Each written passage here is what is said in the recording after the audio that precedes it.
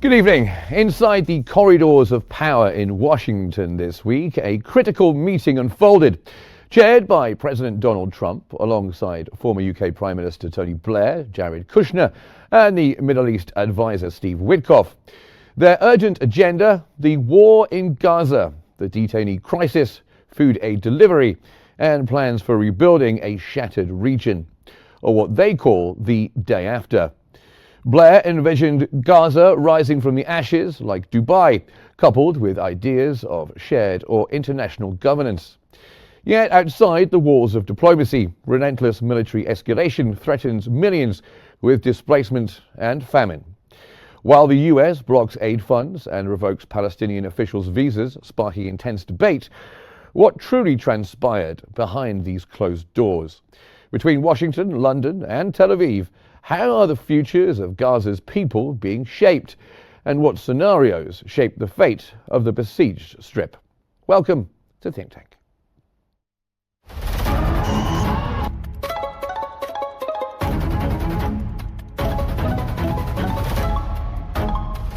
Our world is becoming unhinged.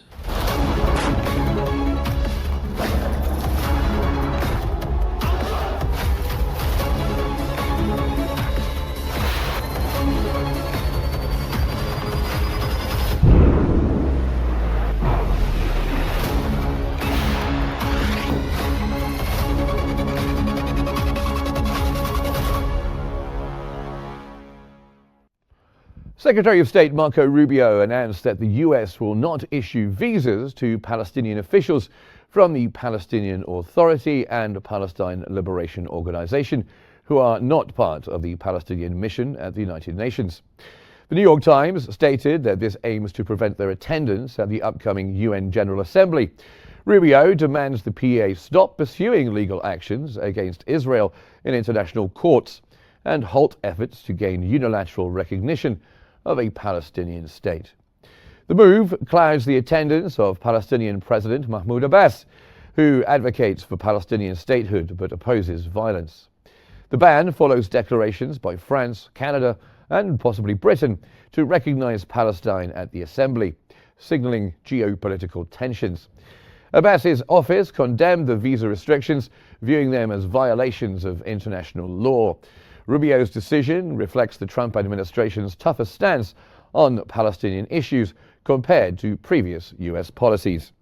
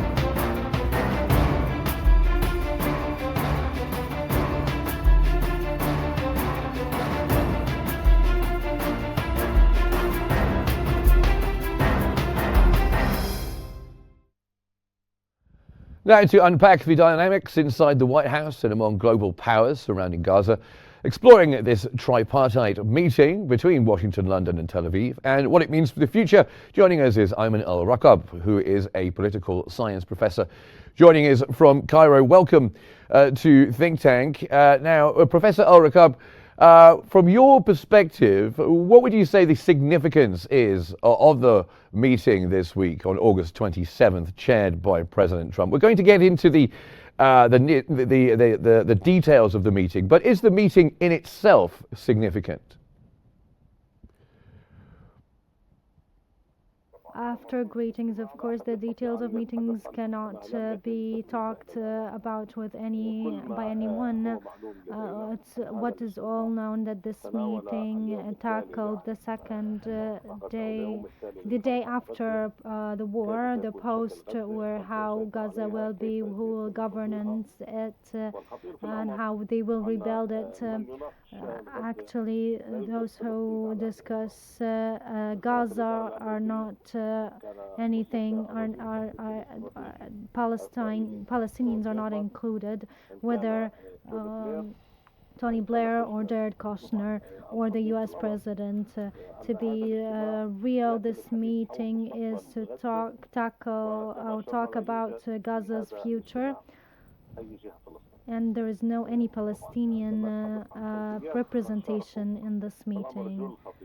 This is very important. So when we're talking about Tony Blair and what was presented by the British side a week ago, he announced his vision about before the meeting about Gaza. He tackled Tony Blair institution, tackled with Boston organization and Israeli businessmen about rebuilding Gaza, seizing Gaza, and relating this based on Tony Blair said, relating this to what is going on with India, according to Tony Blair Institution, they tackled displacing 0.5 million Palestinians, but there is no chance to rebuild, to give the chance to rebuild Gaza, which is a one in a lifetime, which is rebuilding Gaza based on their vision, the smart, to have a smart city. Gaza that is not being almost being seen on the map is gaining all this interest.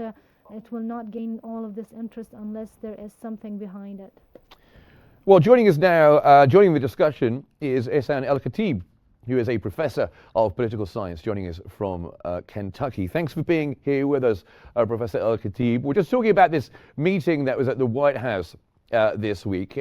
Tony Blair was there, of course, former British Prime Minister. Also, he was a Middle East envoy for the quartet. Jared Kushner, also a former Middle East envoy in Trump's first term. What does this mean about the US's approach to Gaza, and also Tony Blair's presence there and his vision for Gaza? What does this signify about Western priorities? Yes, good afternoon. The problem is that not much was released about the meeting. They didn't release information. They didn't talk to the media. There's the guesswork here about what they intend to do. One thing we know is that that's one of them is the brother, the son-in-law of Trump, and he used to be more involved in policy than before, Jared Kushner. And Blair with his international connections, and he was active in international policy after leaving his position in Britain. So now the question is, what are they planning? One issue that is actually pressing now for the US is the fact that in September you have the UN meeting. And how is the US going to deal with this challenge with the issue of Palestine? But as to the future of Gaza, if there's some talk about investment, but developing it and all that, I think it's all talk. It's not really reasonable to be planning such the day after, because the conflict is ongoing. 2 million Gaza, the fight continues, and even before the war started, before Israel invaded Gaza, the deep state in the US, the opinion was that it's not going to be easy for the Israelis. This is not going to be a walk in the park. You have 2 million people in Gaza.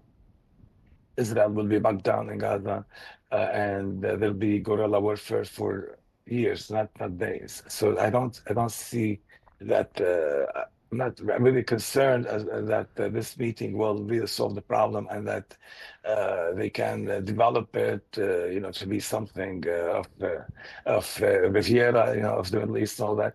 I don't think that's really reasonable. I think the conflict is still, the fight is still ongoing, and the real issue for the administration now is how to deal with the UN meeting.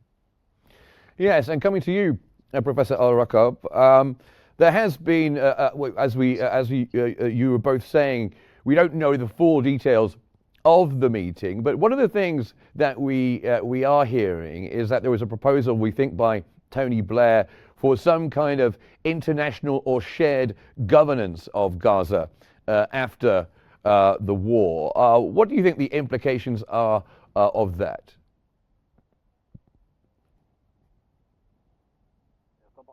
Of course, this proposal is notorious among Palestinians.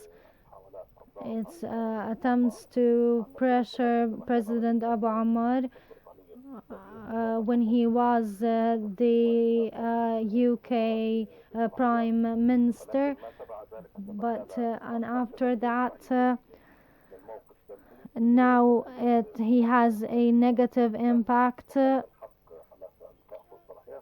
and the voice is unclear. Blair and Kushner, as we said, are partners in putting policy against Palestine. Kushner was on the head of the decade agreement, and now he conducted a session in in Bahrain, and discussed the Middle East future economically, and now they are talking about Tony Blair, who had a role in invading Iraq. Of course, will not will not stop supporting US presidents and officials. And also the UK British news agency, who announced Tony Blair's views about Gaza's future. When we talk about the US administration, we don't have detailed details about the meeting, but the joint governance of Gaza is a kind of conspiracy against Palestinian Authority. But we demand to have the Palestinian Authority as the responsible and in charge of Gaza. We don't need international governance. We need someone to separate between us and the occupation. And there is an Arab summit held in March in Cairo, called the Palestine Summit. Took some decisions about Gaza's future. Apparently, they didn't listen to these decisions, and they do not care. We demand naturally to end the occupation, to end the killing. It's now not about the reaction of what happened on October 7th, but now we listened to a dialogue from the US envoy that now Israel has the right to go to any area in the world, kill as they want, invade, occupy as they want, in order to ensure not the reoccurrence of October 7th. What happened on October 7th led to end the occupation. So ending the occupation is not about the October 7th, but the current US administration gives a green light to destruction and killing. And even Trump promised the Israel in his elections to expand their settlements. This is why they're doing what they are doing right now, because of promise. Yes, I'll come to you now, Professor El-Khatib. As Professor Al-Rakab mentioned there, a lot of skepticism in Palestine about the involvement of Tony Blair, a controversial former British Prime Minister, not only the architect of the Iraq War alongside George W. Bush, but he's already been a Middle East envoy. He's very pro-Israel. And after all, this whole situation with Palestine and the creation of Israel is Britain's fault in the first place. Do you think someone like Tony Blair's involvement might be detrimental to what happens next and going forward? I don't think that the fact that Trump met with these two people is such an important and consequential event. I think by the end of the day, the bottom line is this: that if Trump has ideas other than what the Arab plan, supported by most of the world, actually, just to keep Palestinians in Gaza, to have Gaza being governed by Palestinians and developed. That's what the Arab plan is, and that's what the world wants. Even Germany wants to have Palestinians stay in Gaza and for Gaza to be rebuilt. So whatever plans, whatever ideas that Trump has, I think they're very unrealistic, and I wouldn't worry too much about them for two reasons. One, the Palestinians are in Gaza. You have 2 million people are still in Gaza. That's number one. Number two, the fight continues. And that's reality. The imagination is, what Blair has in mind and what Jared Kushner have in mind and what Trump has in mind. When Trump mentioned developing Gaza and taking it over and making it like an international destination, all that was seen as unrealistic and even laughable. The key is that you have millions of people in that real estate, as Trump would see it, and they're not going anywhere. And the fight continues. And actually, the world, with the meeting at the UN in September, there's more pressure on the US as to really solving the problem, not continuing to manage it, and let the Israelis create facts on the ground and push the Palestinians to the side piecemeal. And now the Israelis now have went a boiling point situation in Gaza. They want to speed up the process, pressure, and that's why it has become an international issue. Palestine is internationalized now. So the Blair and Kushner and Trump really do not control the Israelis don't control Gaza either. And the recent attack by the Palestinians on the Israelis will increase the pressure inside Israel to end the conflict. And the Israelis are not winning. The matter is not settled for them to be okay. What do we do with this? It's not done. So I don't put a lot of weight to this meeting at the White House. Okay, well, let's talk about what's happening in Gaza itself. Professor Al-Rakab, coming to you. We have this situation where Gaza City has been declared a dangerous combat zone. By being declared a dangerous combat zone by Israel, it has very grave humanitarian consequences for the people of Gaza, does it not?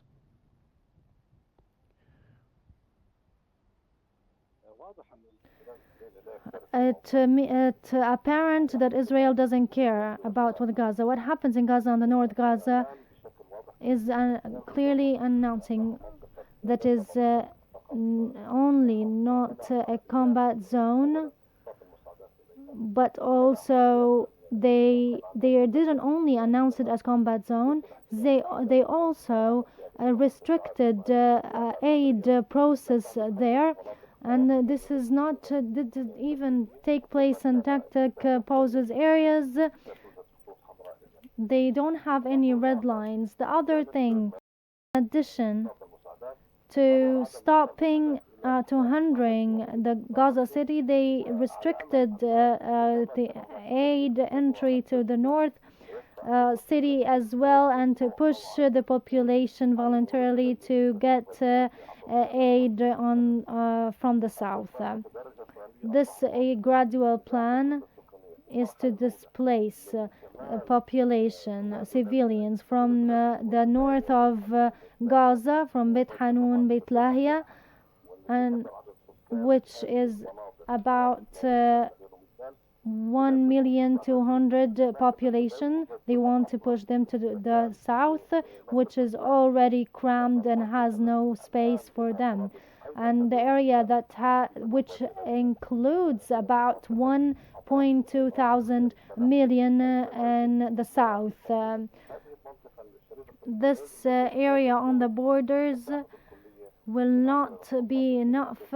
It only has about it's only about 10 to 15 kilometers.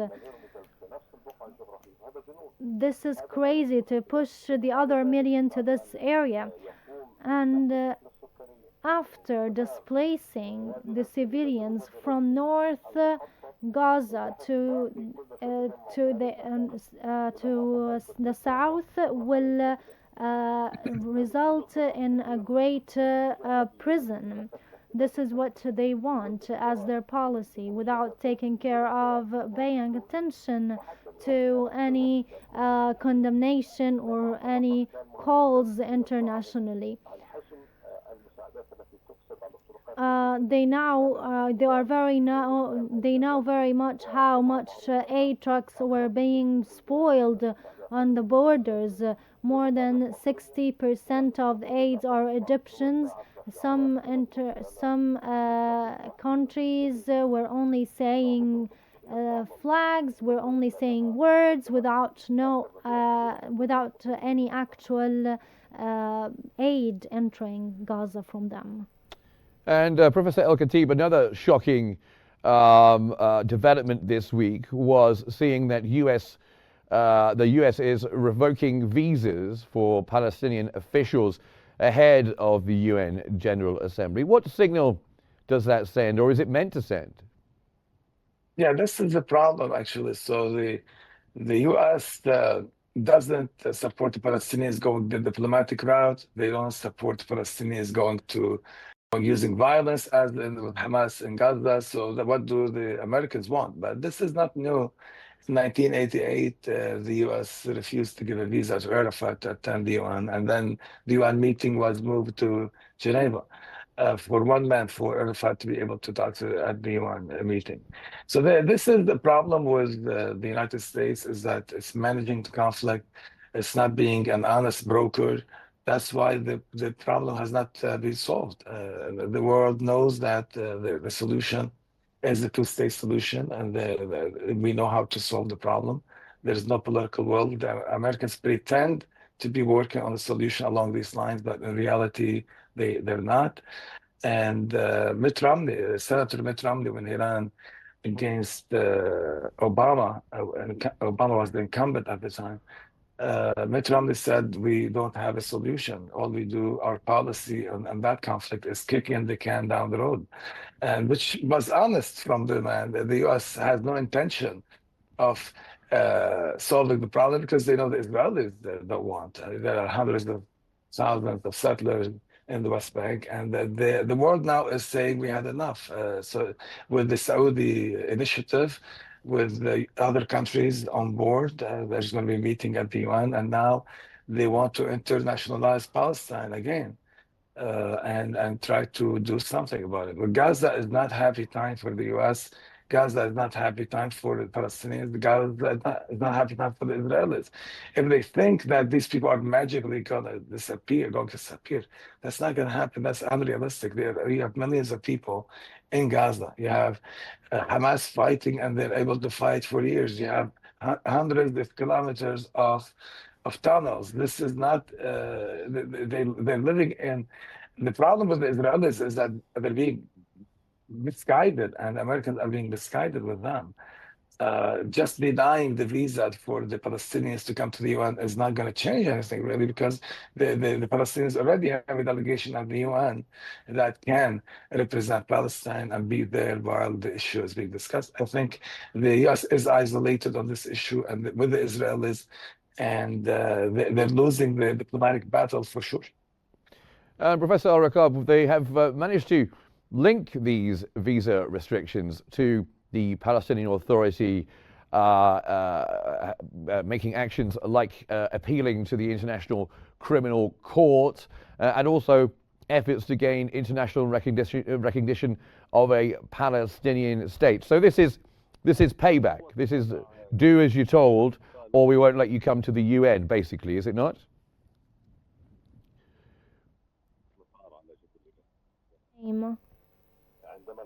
When we talk about an experience that it was in that Palestine went through, which was on 74, when Palestine were not allowed to attend the New York General Assembly. It was transferred to Geneva at that time because there is a political will to listen to the Palestinian leader. They said that we came here with the gun in one hand and the will in the other hand. This is the world in 74, but this is why the US administration that can want to control the UN resolutions. At that time, they transferred the meeting. They didn't want to relate their decisions with the US. So the demand of on recognition of Palestine means the US administration blackmails Palestinian Authority since the October 7th. And they know very well there is a security US Palestinian cooperation ongoing to continue on the ground, but they are blackmailing them. But this decision, the sound is very unclear. This decision of not allowing the Palestinian officials to attend the UN resolution is a stigma on the international community as a whole. Yes, and Professor El-Khatib, you both there mentioned moving in the past. The UN General Assembly has been moved to Geneva. Could you see something like that happening this time, or would they view that as being something that would upset President Trump too much, and they perhaps dare not do it this time? That was 1988, and Reagan was the president at the time. And the reason they moved it is that they want to encourage the Palestinians to move down that path of peace, and that's why the UN moved the meeting to Geneva at the time.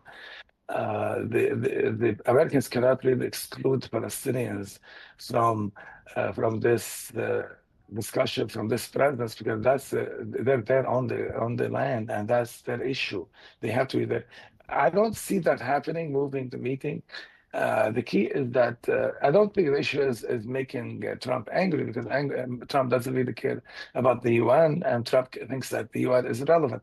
The same with the Israelis. They think the UN is irrelevant. They don't care about the UN. They say the UN is not important. So I don't see them moving the meeting as a concern for moving it, being a concern about angering Trump. I never see any indications that they will be moving the meeting, but the key is that Palestinians will be present there, and President Abbas can address them, actually, probably via satellite, via some kind of technology to can address them. But the key is that the meeting is happening. The key is that there is a momentum, a diplomatic momentum, behind recognizing Palestine, behind taking this file from the US, that managing conflict is not working. All this talk about developing Gaza, the Israelis talk about building settlements in Gaza. This is not realistic. This is one way to look at it is the crazy talk. There are millions of people in Gaza. The warfare in Gaza for years. The Egyptian position from the beginning was the best position. You have to have the Palestinians in charge of Gaza. Is trying to waste time. He's unrealistic. Let's have some Arab coalition rule Gaza. That's not practical either.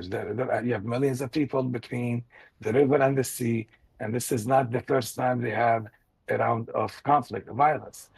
Time to do something about it. And the international community is saying that no more wasting time, no more playing games. Let's meet, let's talk about it, let's see if we can do something about it. The US has failed in managing this file because the US has been managing the conflict, not trying to solve it.